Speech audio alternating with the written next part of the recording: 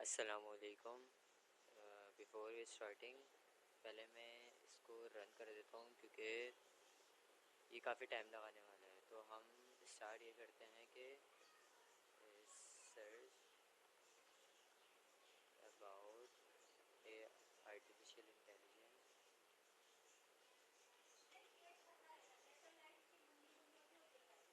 And make let's say मैं PDF बनाता हूँ। तो अब मैं आपको एक्सप्लेन करता हूँ कि मेरा जो है ये मेन वर्क फ्लो है, दिस इज़ दिस। और एक सब वर्क फ्लो है जो कि रिसर्चर का, और मैंने ये वाला फोल्डर लिंक करा हुआ है ताकि जितनी भी फाइलें सारी यहाँ पे सेव हों। अच्छा, अब ये सुपरवाइज़र एजेंट है जो कि सबको काम देगा, और यहाँ पे मैंने एक रिसर्चर एजेंट दिया है। रिसर्चर एजेंट का सब वर्क फ्लो का यहाँ पे मैंने लगाया है, और आर्टिकल राइटर का एजेंट जो है वो ये रहा। अब जो पहले मैं आपको रिसर्च सब वर्क फ्लो पे लेके आता हूँ, तो ये बिल्कुल सिंपल है। एक रिसर्च एजेंट है जिसका मैंने सिस्टम प्रॉम्प्ट डाली हुई है, और वो उसके मुताबिक रिसर्च करेगा। और हमने एनवीडिया का एलएलएम इस्तेमाल किया है क्योंकि मेरा ओपन राउटर की लिमिट ख़त्म हो गई। एनवीडिया में हमने लामा 3.3 इस्तेमाल की है, और सर्प एपीआई का यूज़ किया है गूगल सर्च के लिए।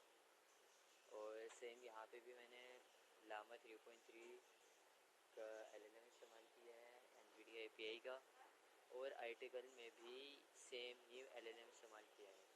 और सुपरवाइज़र को भी मैंने सिस्टम प्रॉम्प्ट डाली हुई है ताकि वो बेटर काम कर सके, और आर्टिकल राइटर को भी।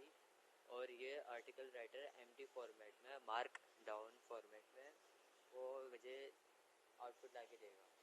जो भी रिसर्च होगी, जो भी डेटा होगा, वो आर्टिकल राइटर पॉलिश करेगा और मार्क डाउन के में ला के देगा।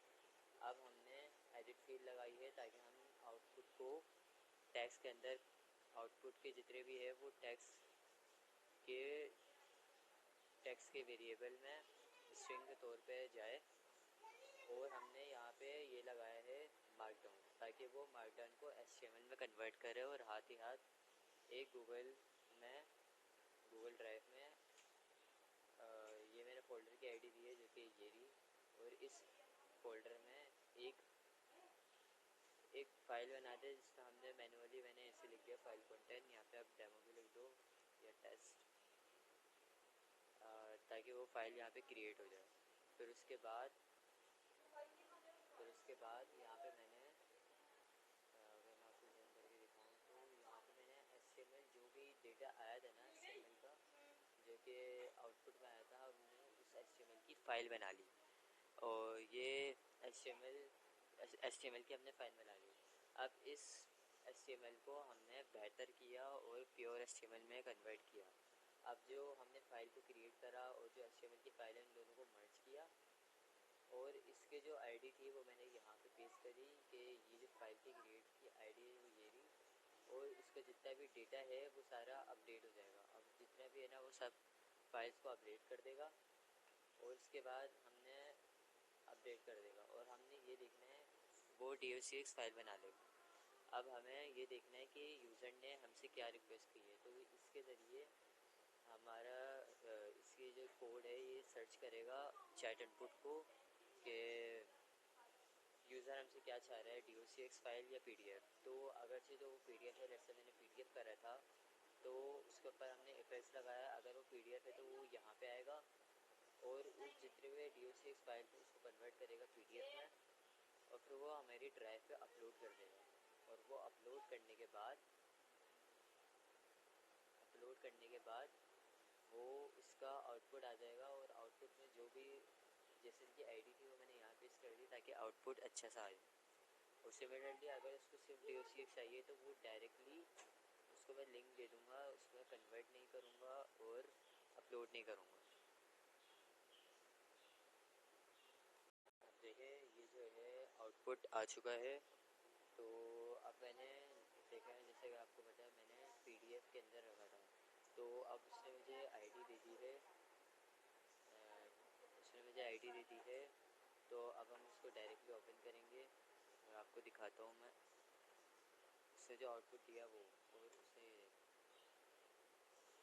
उसने जो सब किया वो प्रॉपर फॉर्मेट के अंदर, ये एक पीडीएफ है प्रॉपर फॉर्मेट के अंदर, और प्रॉपर लिंकिंग वगैरह सारी चीज़ें हैं, और बिल्कुल एक एक चीज़ इससे करके करा। और उसके अलावा अगर मैं आपको यहाँ पे दिखाऊँ तो उसने यहाँ पे एक पीडीएफ की फ़ाइल भी बना दी। सिमिलरली अगर आपको DOCX चाहिए तो बस आप DOCX करें और वो यहाँ से फॉल्स होके, ये PDF है ना, यहाँ से फॉल्स होके वो DOCX में जाएगा और आपको डायरेक्ट वो दे देगा लिंक।